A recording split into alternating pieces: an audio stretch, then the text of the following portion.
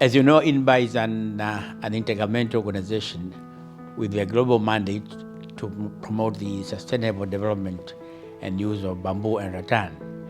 And INBAR works closely with these 50 member states across Asia, Africa, Latin America, and the Caribbean.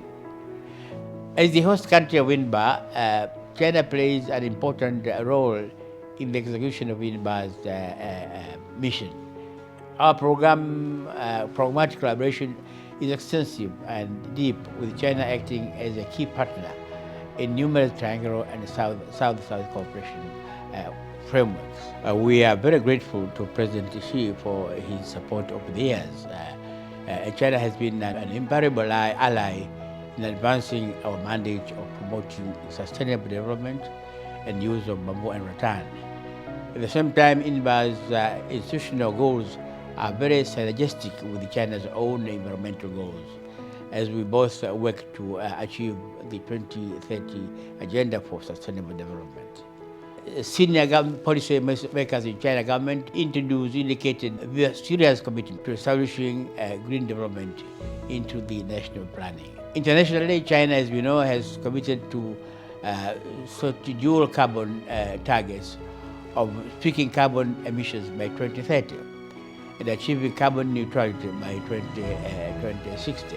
Bamboo as a substitute for plastic initiative was officially co-launched by China and INBAR in Beijing on the 7th of November 2022, with the goal of using bamboo to address climate change and plastic pollution, while contributing to the UN Sustainable Development Goals.